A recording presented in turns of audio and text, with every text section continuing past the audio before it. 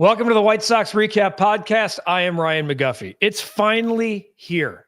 After an offseason of waiting, guessing, hoping, thinking, Garrett Crochet is gone. The roster's turned over in some ways.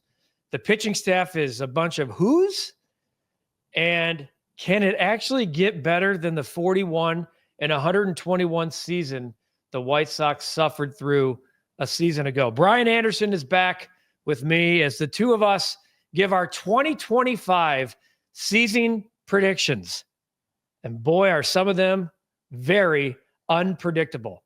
It's myself, Ryan McGuffey, and Brian Anderson on the Seasons Predictions Podcast as baseball is finally in the air here on the White Sox REKAP Podcast, and it starts right now.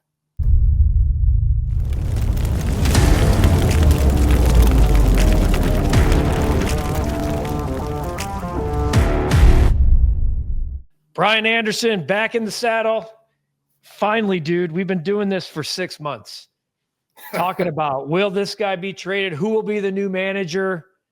And after all of that, after talking about a season of futility, baseball is finally here. And I know we're going to get into a bunch of projections and predictions, but it always is good. Opening day, no matter what kind of season you're anticipating, is always a good time of year. I mean, shoot, there's so many unpredictables here. In fact, I text Burley the other day on his birthday being like, can't wait to see you July 11th, not realizing it's like 3.5 months away. I like the name drop. Yeah, Casual name drop. Happy birthday, bud. Yeah.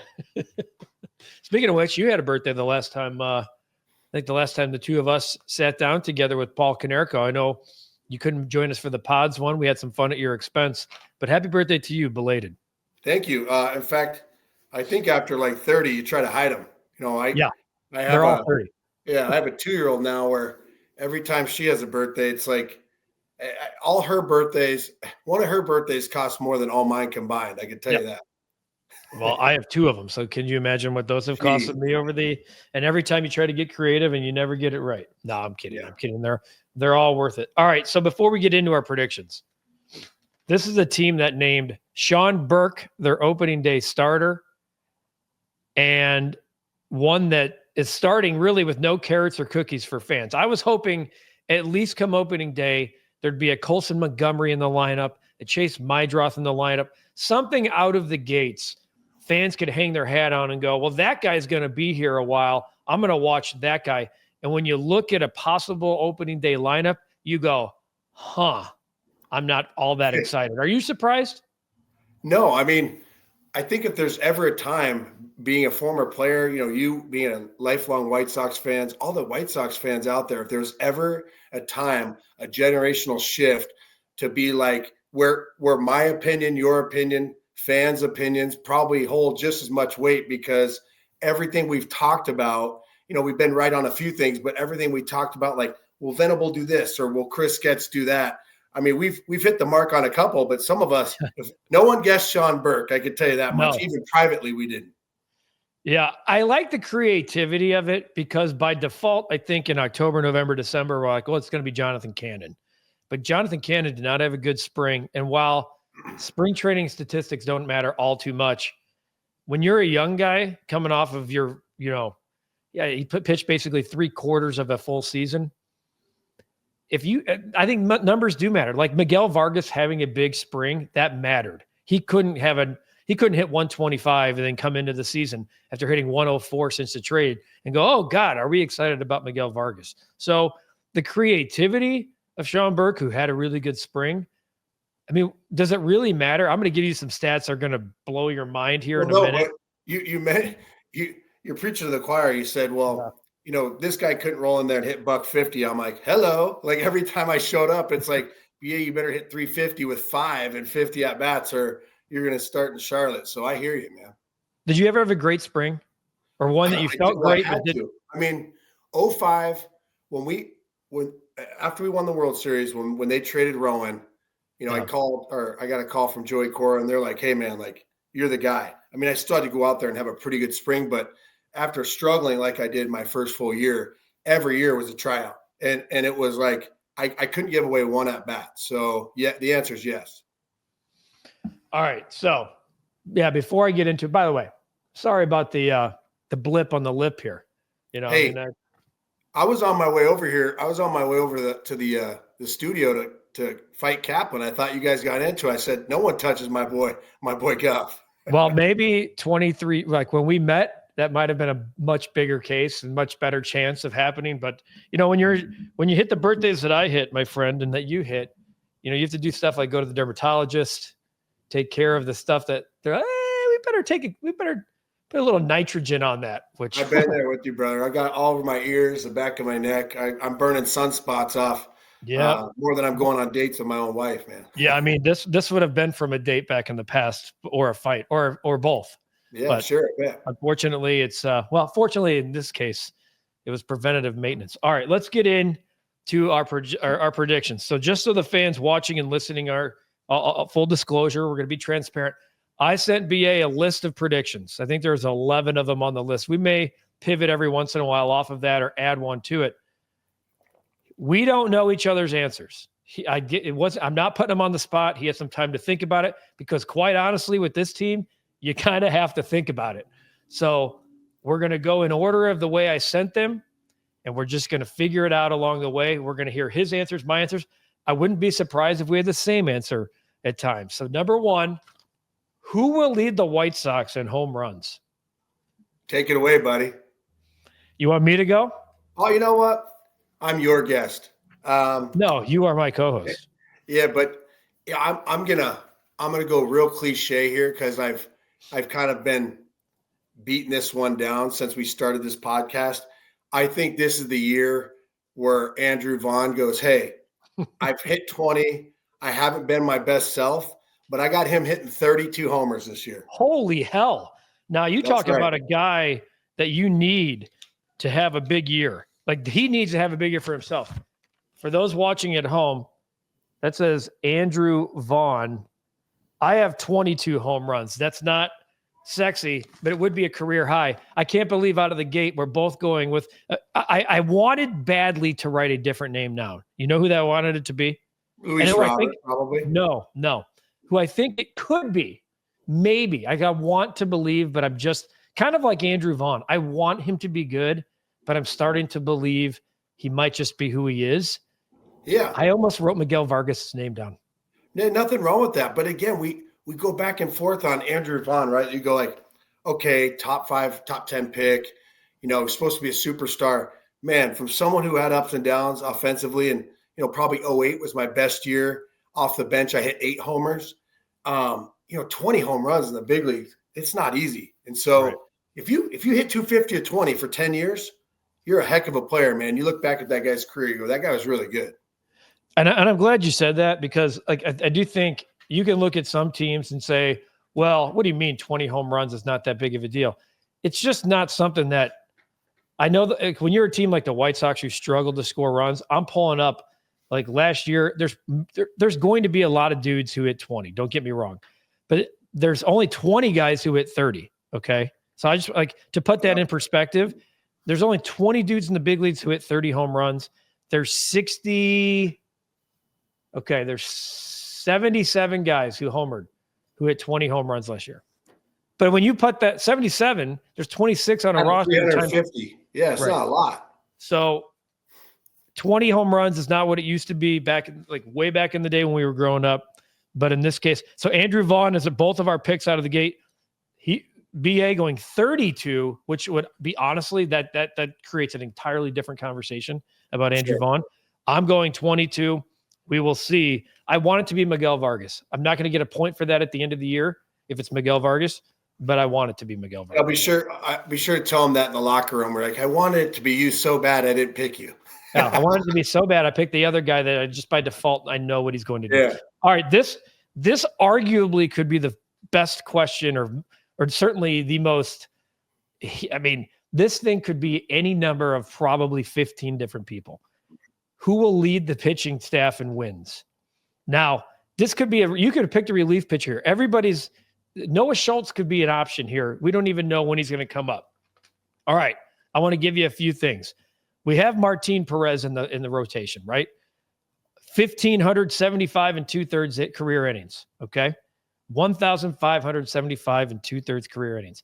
The rest of the White Sox staff, Davis Martin, Sean Burke, Jonathan Cannon, Shane Smith. You want to take a stab at career innings pitched for the 530.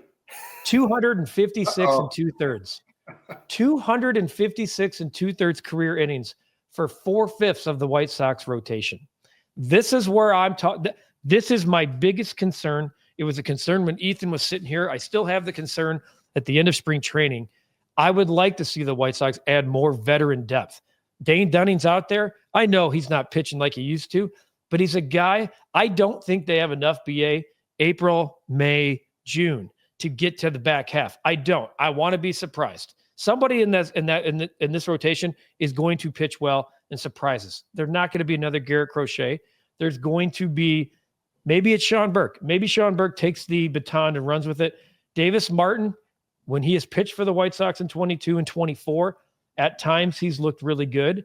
His career high in innings pitched is 63 1/3 in the big leagues. And then Jonathan Cannon had the best year of anybody, but he had a bumpy spring. So take all of that information, throw it in a blender, and what spits out to you? You brought up a good point. I think in most organizations, you got to pick a starter because he's going to go out there 35 times. But the White Sox leader in wins could very well be a bullpen guy, a back-end bullpen guy, long guy that comes in, eats up innings, that David Risky type. But my call, I'm going to go with Davis Martin with 9 wins. Davis Martin with 9 is a pretty good. That's a pretty good. So Jonathan Cannon had 9 a year ago. Okay. And that would have won. So Davis Martin has 8 career wins. I'm sorry. The team, he has 3 career wins. The team is 8 and 17 when he pitches. Okay. So they do win. They were 7 and 7 in 2022 when he took the mound. 3 career wins. Burke has 2 career wins. Cannon has 5 career wins. Yeah. Shane Smith has 0. That is 10 career wins from 4 guys. So Martin Perez is a guy I think that gets dealt at the deadline, right? Like I do. I think by assuming he pitches okay, someone's picking the veteran up and going to run with him for depth down the stretch.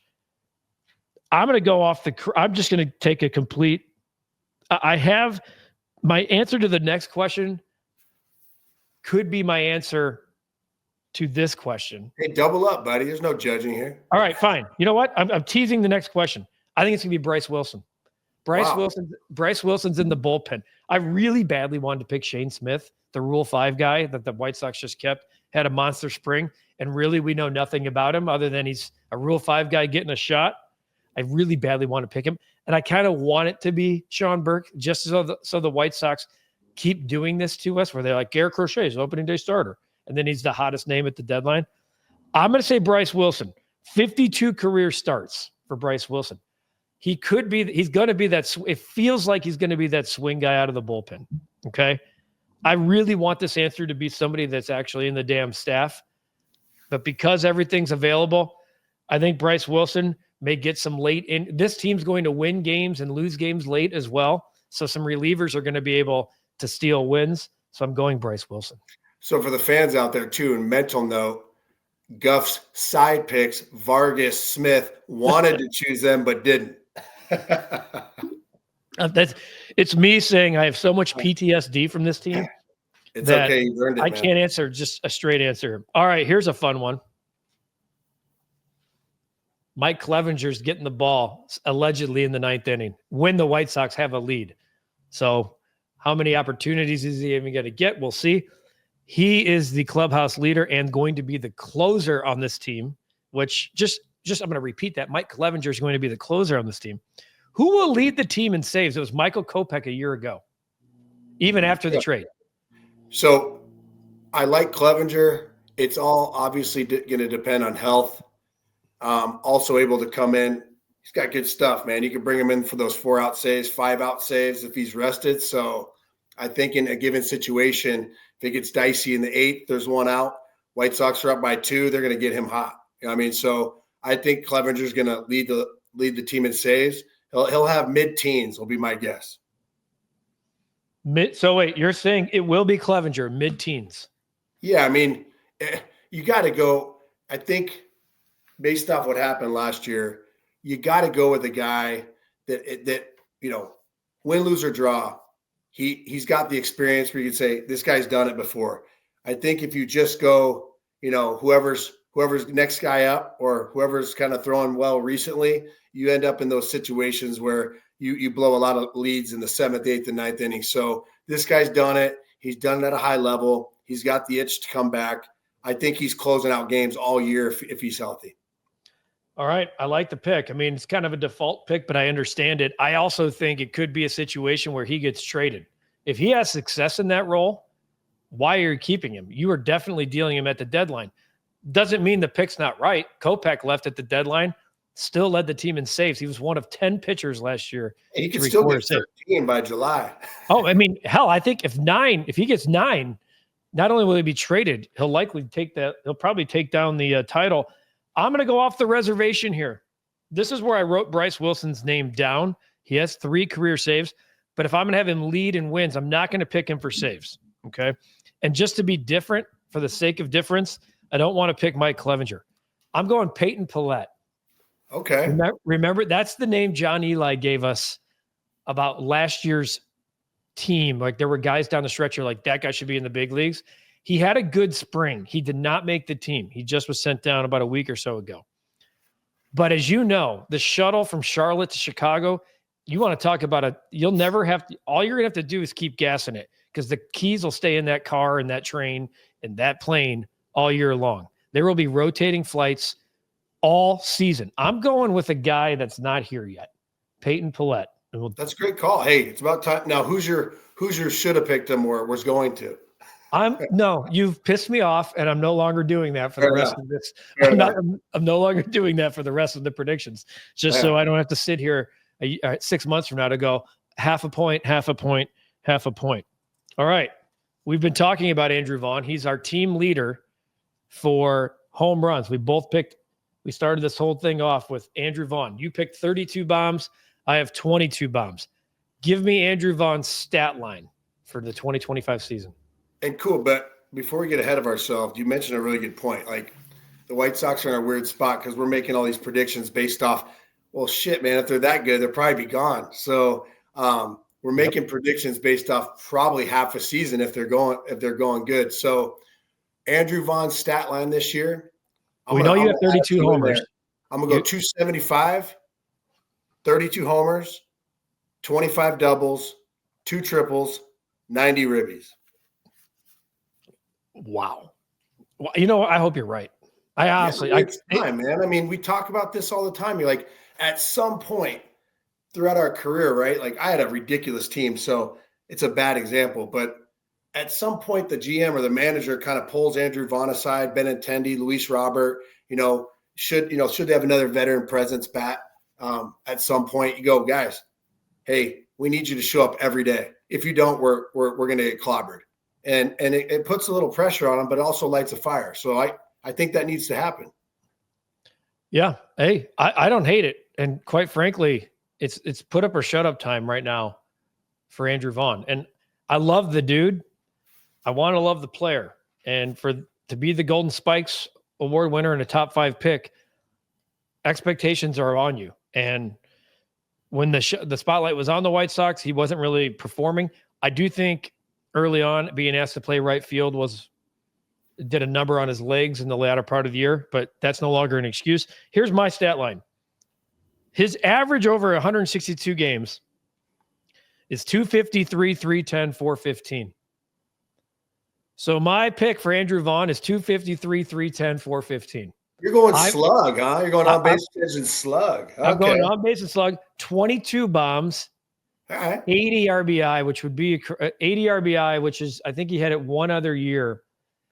Last year, I made a bold, Chuck and I, when we did this podcast on the old other network.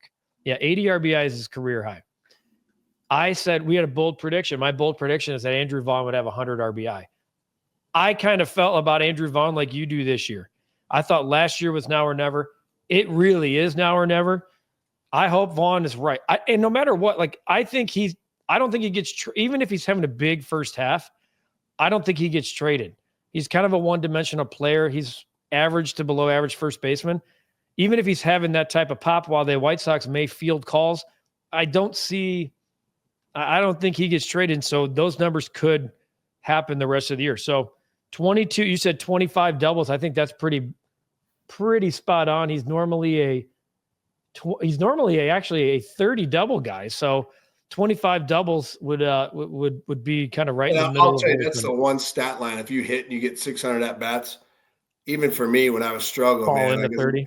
As a major league player, if you get 500 at bats, 600 plate appearances, you should accidentally get 25 doubles. I mean, I remember that was something for me where I'm like, if I can't hit a line drive in a left center field gap, I shouldn't fucking be here. Yeah.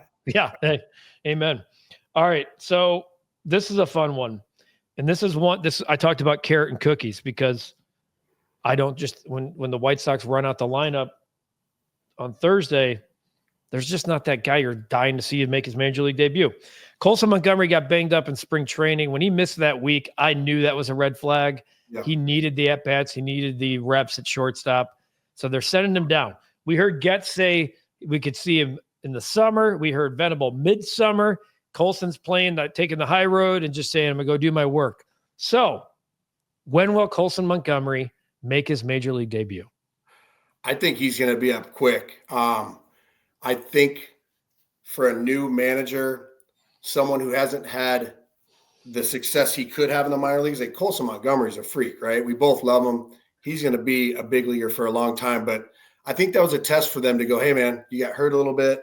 You haven't put up in crazy numbers. I remember Konerko asked me what I hit in AAA when I got called up. It was like 300. He's like, in Charlotte, that's it? So my point being is, he's going to go off. I think he's going to get a hot start. But if one of these middle infielders falter, or anybody for that matter, and there's a spot open, he's on fire, he's getting called up. I would say he's getting called up mid-April. So you say mid-April. What you just said at the latter part, I think, put my intent up. If one of these guys, struck, Jacob Amaya right now is the projected opening day shortstop. I with all due respect to Jacob Amaya, I'm not sure he makes another team. I honestly, I don't know if he makes another team. You're absolutely right. I mean, look who we're talking about. I mean, we've talked about it every single podcast. If there's ever a team that you wanted an opportunity to get your shot with or get another opportunity, this team was like, hey, come show us what you got. It's like the movie Major League when they brought all those guys in. It's like, who the fuck are these guys? Like, it's seriously, it is what it is.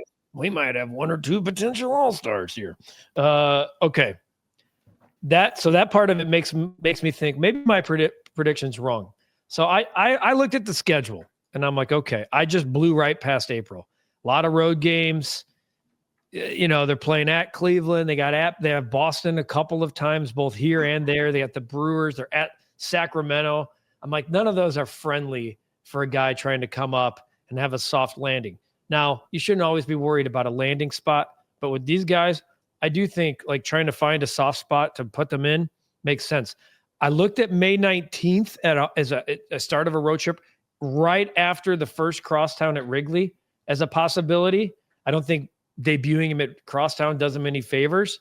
But then I'm like, Mariners, Rangers, then they go at the Mets, at the Orioles. But when they come back from that trip against the Orioles, Monday, June 2nd, against the Tigers, 4 games against the Tigers, 3 against the Royals. You get them at home. You get 2 divisional opponents before a road trip. Of the bulk of your games in June are at home, and you get them in front of your home fans for all of summer. So start of June on. I'm going June 2nd, 2 months in the minors for Coulson Montgomery. Even if he's raking, let that confidence. Let him just, instead of guessing, hey, Coulson, are you coming up? Are you not coming up? Just let him go out there and hit. I know he struggled in AAA last year. He had a 28% strikeout rate. That all looked a lot better when he went to Arizona Fall League and into the offseason. So that's what I'm going with. I'm going June 2nd, a home game against the Tigers. And remember, just to play devil's advocate here, you're not wrong. That all systems point to that adding up. But from someone who's been up and down a couple times and kind of seen the makeup and how they look at stats and whatnot, right? I'm telling you, if the White Sox suck and he's playing well, that 60 days is like an eternity. Like every series, he's going to be like, why the hell am I not getting called up? Like then agents start calling. It's a real mess. So that I agree. In a perfect situation, that makes a lot of sense. I just don't know if he could stay down there with a team that's struggling. I mean, there's gonna be a lot of pressure on Getz to call him up if he's playing well.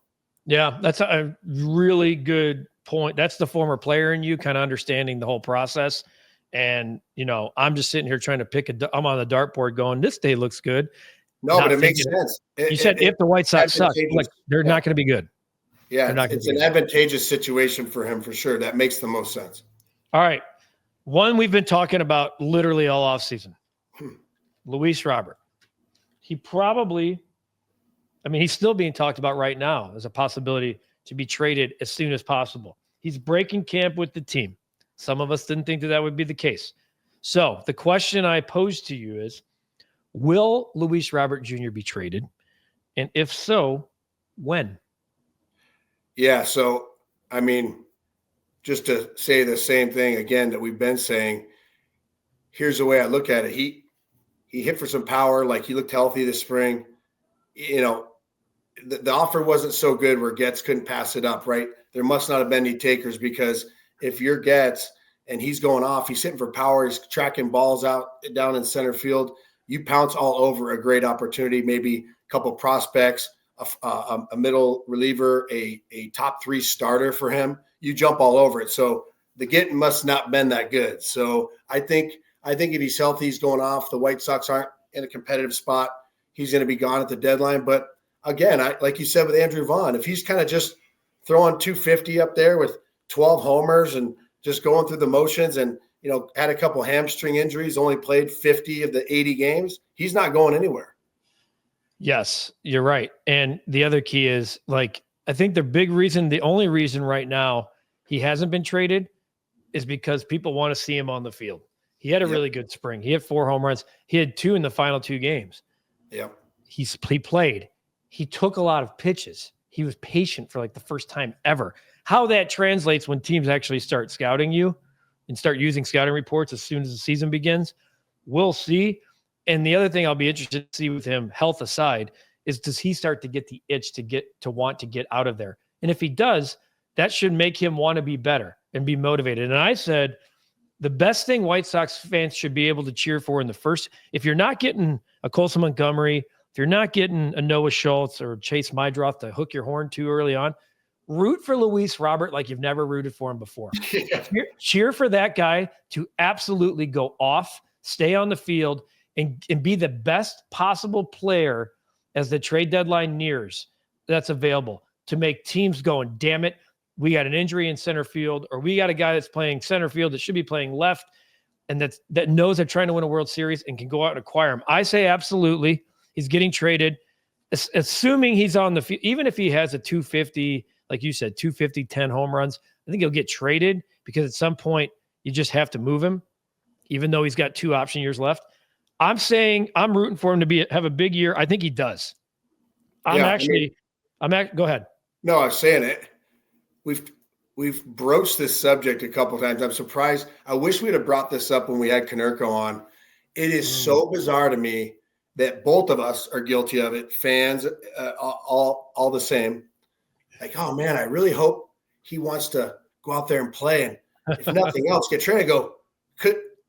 Could you have wanted to be on the field the last 5 years for the Sox? Like, I get it. No one wants to be hurt, but could you have shown the same sense of urgency for the Sox as you do showcasing yourself for the other 29 major league teams? It blows my mind.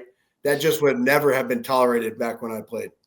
All right. Not that the White Sox are trying to do themselves any schedule favors for here, but I actually picked the date. I went, yes. And then it happened, like a team jumps in front of everybody on June 26th, a month before the deadline. Someone makes a move. The White Sox do have an off day. I don't think that really matters, but it's easy for the White Sox to get that news out. June 26th, it's a day off after the D-back series before the Giants at home. Luis Robert traded because he's showing that his ability to stay healthy is there and that he's actually producing for a team that's way up the track. My opinion, if I were Chris Getz and I saw that dude playing like you've always hoped he would play, the sooner I can get him, like assuming you get 90 games, or not 90, but like 65, 70 games of health, I'm trying to get that trade done ASAP. Well, look at like a Dodgers team, like one of those outfielders goes down, like a Mookie Betts type caliber player, like in April, they'll pull the trigger. They'll pull the trigger in April if they have to go get someone to fill the gap. All right, couple more here on the White Sox Recap Podcast 2025 season predictions. This is the one I struggled with the most. And because I just traded the one easy default answer for the question, I traded him on June 26th, so he can't be the answer. Who will be the White Sox All-Star? Oh, man. I told you. How can I give you Andrew Vaughn's numbers and that not be all-star caliber on this team? I thought about that. As soon as you said that, I'm like, that's got to be your all-star. Yeah, low-hanging fruit. You hit 30 on the White Sox, you're going to be the all-star. And, hey, I see a situation where there could be two. Probably not in the arms, but, again, because they don't have a set guy who's like their guy, you run – we played the Pirates a lot too. You run enough guys out there for, 20 times before the break, they rack up 9 wins because, they caught fire and the team played well for them. I mean, there's your all-star on the mound. And then my choice is Andrew Vaughn. You said 9 wins. You rack up 9 wins. I just want to be clear. Last year's team leader, do you remember who the team leader in wins was last year for pitching? No, because the only thing I knew about the White Sox pitching staff is what you and John Eli told me. The answer is Eric Fetty, who was traded at the deadline. Yeah, there you go. 7. So My answer, I'm going to do this. This became a default answer for me, and I do think he's going to pitch well. He had a really good second half after he was traded, and I fully expect him to be dealt closer to the deadline. I'm going Martin Perez, the old veteran, former All-Star. Yeah. And a guy who knows what it takes to get up and down every 5th day, lead a young staff. He wants to build off of his second half in San Diego. He wants to win, let's be honest. He knows what it's like to be an all-star. He played for Will Venable in Texas. I'm going Martin Perez. I like that. I can't even get mad at you. I think he's going to be kind of the beacon of stability on that staff. Guys are going to lean on him, and he might be your all-star, like you said. That's the guy that runs out there and goes, "Well, good news, guys. He has 8 wins. Bad news, we just traded him." Yeah, 100%. But when you trade Martin Perez, the sexiness of Noah Schultz and Hagen Smith, you and I are probably going to spend more time watching those two guys than some of the stuff that happens here. I'm going to be locked in when they're pitching, where they're pitching, and when they're pitching, and how they're pitching. But everyone wants the gratification of them pitching here in Chicago. Okay? Hey, man, I'm just hoping Cap gives us an expense account to go get like Chipotle and go to a tailgate and maybe to a game. Oh, you want to go? Yeah, you know what, bud? I think I can handle that. I got the recap card. I think we'll take. I'll grab the recap card, and we'll just have a no holds barred night at the ballpark. Yeah, well, he's gonna give us the green light because he knows I'll get everything for free anyway. It's bullshit. Combined innings pitched at the big league level for Noah Schultz and Hagen Smith. The good thing is, if one of them doesn't make it and one of them does, the answer still counts for both. That's true. Schultz and Smith combined innings at the major league level. Next year, I don't want to disparage either of them. I wish them nothing but the best. I hope they both get called up, but I'll call it 30. We'll call it 30. 2 September call-ups, getting a couple, maybe a spot start, some mop up, some plus minus innings, but I'm hoping they get 15 innings each in September.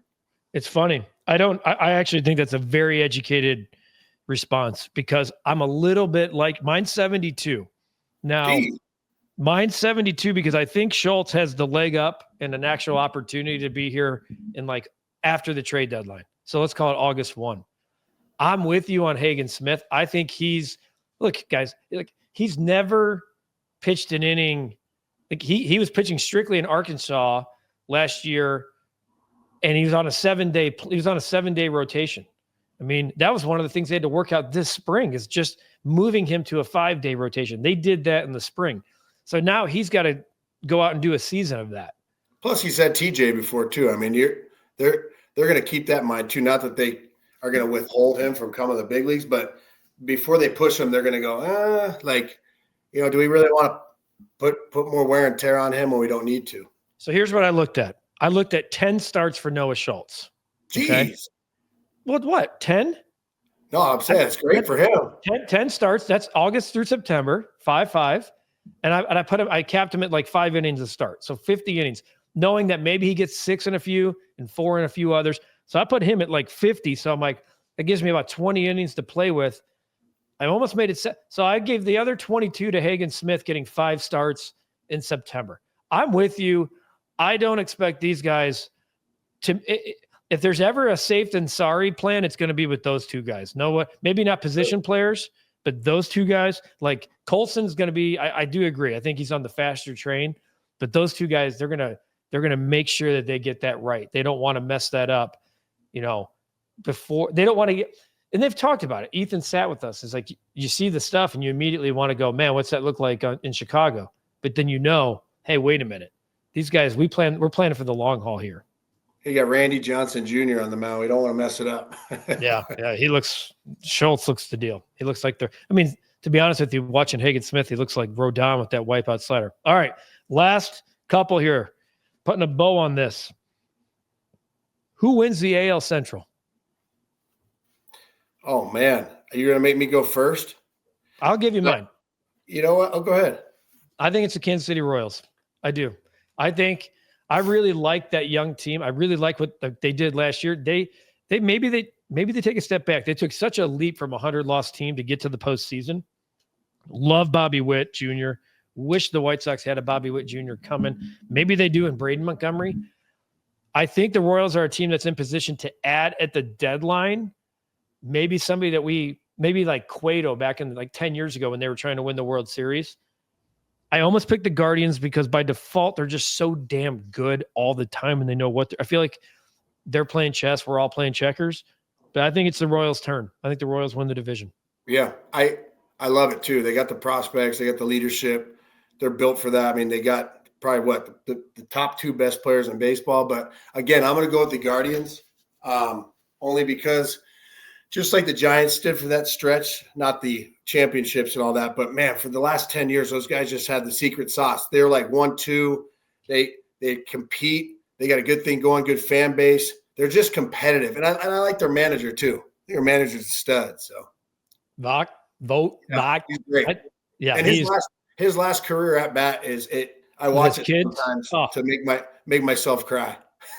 His kids, in case you haven't seen that last at bat with the Oakland A's, his kids introduced him. So he's coming to bat and his kids are up in the PA booth. They introduced our dad, Steven Vaughn! And then he hits a bomb. And then he's running around the bases. You can see he's crying around. Oh my God. I and I'm like, I wasn't even there. Yeah, it's a movie. All right, this is a fun one. Uh-oh. I know which one this is, I think. It'll be better, right? Right? It'll be better, right? That's the question. That's the prediction. It'll be better, right?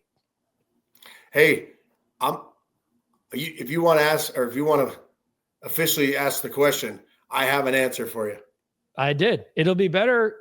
I don't know. I'm asking you I'm like, for those watching, and for those listening, I have my hands on my face where it's like, I'm not supposed to look, but I'm looking, but I don't want to look. It'll be better, right? Please tell me it'll be better. Even at the college level, when I was at Northwestern, where all that turmoil going on with the coaching change and they brought in Ben Greenspan, you could see right away there's a certain standard, and just by his more militant approach, there's going to be more success in every aspect, every facet of the game. And a guy like Will Venable, right? He's been doing it a long time. He's been with Bochy. There's no way he's not bringing some of that that character and that team kind of energy. It's going to translate some way, somehow. So it's no doubt going to be better. I wish the White Sox stay healthy. I believe the fans, if they see some light at the end of the tunnel, it's going to be really fun to watch some of the younger guys come up. But the bar wasn't set too high last year. So I think you have to go with it's going to be better. All right. So I have maybe with a question mark and an exclamation mark and then a ... because I'm going to take your baton and run with it. I do think Will Venable is going to be a reason that the White Sox will be better. And better is going to be italicized because it depends on what your definition of better is. Your definition is, are the White Sox going to be competitive for a wild card spot? Well, then no, they're not. It's not going to be better. If your definition is that there's going to be accountability on this damn team in this organization, and if you're going to start seeing baseball be played the way it's supposed to be played, like guys hitting the cutoff man and running first to third and doing the little things in order to try to get an extra run, even if it costs you a game. I'm sick of watching games where they lose 4-2 or 5-2, and they coughed it up in the 7th and 8th because of stupid, bad baseball, just unexecution, selfish play, doing things that are completely off script, missing cutoff guys, etc. I think that's where we're going to see a better team. It might equal losses, but we might watch a game BA now and go, man, that was a good baseball game. The Sox lost. Oh yeah, but they, Guff. Yeah. Everything you mentioned, running balls out hard, taking the extra base, getting ball and dirt reads, hitting your cutoff man, making sure you execute a bump play at a high level, knowing your first and thirds, communicating. You do those things enough. I don't care if you're in little league or in the big league level. Obviously in little league, kids do that. They run the league, but it's those little things that really start to add up, especially in those middle innings when guys start going, it's only the 4th inning. Oh shit. I'm going to try to sail one, and that's 2 extra runs. You lose by 2. So, baseball, there's that age-old saying, the better teams, other ones that are stacked like the Dodgers, the ones that do the little things over and over and over at a high level usually end up being pretty good. Yeah, and so I expect that at this point. Like, that's, to me, the reason Will Venable's here. You hired a guy that has a resume with Hall of Fame names next to him of the people he's learned from. Not some guy, I used to call him puffy chested Pedro in the end, because it's like, dude, I'm looking around. You're sitting out there speaking like you're a 150 win manager. You're one of the worst managers in the history of the game from a winning percentage standpoint, and your team is out there doing things all over the completely opposite of what you're saying. I think here's what I wrote down. It'll hurt in the immediate, but embrace the summer months. And what I mean by that is, the carrots and the cookies are coming. Some of these guys, those 6 guys who are in the top 100, they're coming. Kyle Teal's coming. Chase Mydroff's going to be here probably quicker than any. He might be the first guy here because you'd make an argument he should be here already. Chase Mydroff and Coulson Montgomery are going to be your defense up the middle, not Lenine Sosa and Jacob Amaya. Like, that makes me cringe and gives me goosebumps for the wrong reason. But I think about Mydroff and Montgomery, and I'm like, that could be fun, seeing a guy with a 400 on base. I don't think Braden Montgomery gets here this year, but let's see him rip the cover off the ball in the minor leagues. And maybe he is a 30 home run guy in the future. That's why I said in the immediate, it's going to hurt. It's going to hurt going, shit, like this guy's got a slug of 494, but he's just a Band-Aid for the guy that's coming. That's why I said, as the best months in the best city in the world in the summer is Chicago. And the best months to be a Sox fan in 2025, in my opinion, will be the summer. So no let's doubt. go. All right. So that leads us to what will be the White Sox record in 2025 as we put a bow on our season predictions. BA, you go on this one first. Well, I think you're going to be more optimistic. I have a feeling. We've talked about this a bunch. So I'm going to say the White Sox have 63 wins. I know why you think I'm going to say that. Is it keeps them out of the triple-digit loss column. So a 63-99 sure looks a hell of a lot better than a 50-112. So that's my prediction. I'm sticking to it. All right. So I liked the idea of like that being if you were managing this team, you said that'd be your rallying cry in spring training. Like, this should be a goal, which you, in theory, would be like, wait a minute, you're rooting for 99 losses, folks. You can make an argument if the White Sox have 63 wins this year that Will Venable should get manager of the year votes. That'd be a 22-game improvement. Plus 20 in the win column. I think it's anyone a manager of the year vote, or at least. All right. Yeah. So I'm going to take what you said and be a little bit maybe more realistic and pessimistic at the same time. I'm going to say 53-109. So they're not going to lose 110. I wish I could say they'd be 63-99. I really do. But this is you're still you're still being optimistic about the upcoming season without crowning them, like, oh yeah, they're going to win 80 games. Like, wait a minute. I've been on some world championship caliber teams that won 89 games. And we were like, how the hell do we not make the playoffs? And that was a huge letdown, right? But I mean, it's tough to do. It's tough to win 90 games at the big league level. I want to, this is the projected White Sox opening day lineup. I want to read this to you. And this is why I'm staying at 53, because we aren't running out there a name that's going, well, this should be fun. Austin Slater, 2 through 4 is not going to hurt as bad. Austin Slater leading off, Robert Benintendi and Vaughn, 2, 3, 4. By the way, hat tip to Andrew Benintendi for working his tail off with a broken hand to be back and available for opening day. Pretty impressive. So there's I almost picked Benintendi for my home run leader. Robert Benintendi and Vaughn. Here you go. You ready for the 5 through 9? Matt Theis at catcher. Miguel Vargas at third. Lenine Sosa at second. Michael A. Taylor in left. Jacob Amaya at short. 53 and 109. Hey, man, that Michael A. Taylor one, shame on us. Like, not to turn back the clock too much, but the guy's had some success, spurts of success here and there at the major league level. He's the one that we're going to look back in 2 months and go, oh, we should have picked him. Because, he's going to be off to a hot start. He'll be hitting 4-hole before you know it. Hang on. I need to go get a puke bucket after I 4-hole. We grasping at straws here. Here's where we are. You have 63 and 99. I have 53 and 109. Maybe at the end of all of this we'll just burn all of these and be completely wrong. Maybe we'll be right. We'll come back and we'll revisit these throughout the year and certainly at the end of the year. Put all of what we expect aside, and no matter what, a new era of White Sox baseball is back. And it's going to be led by Will Venable and company.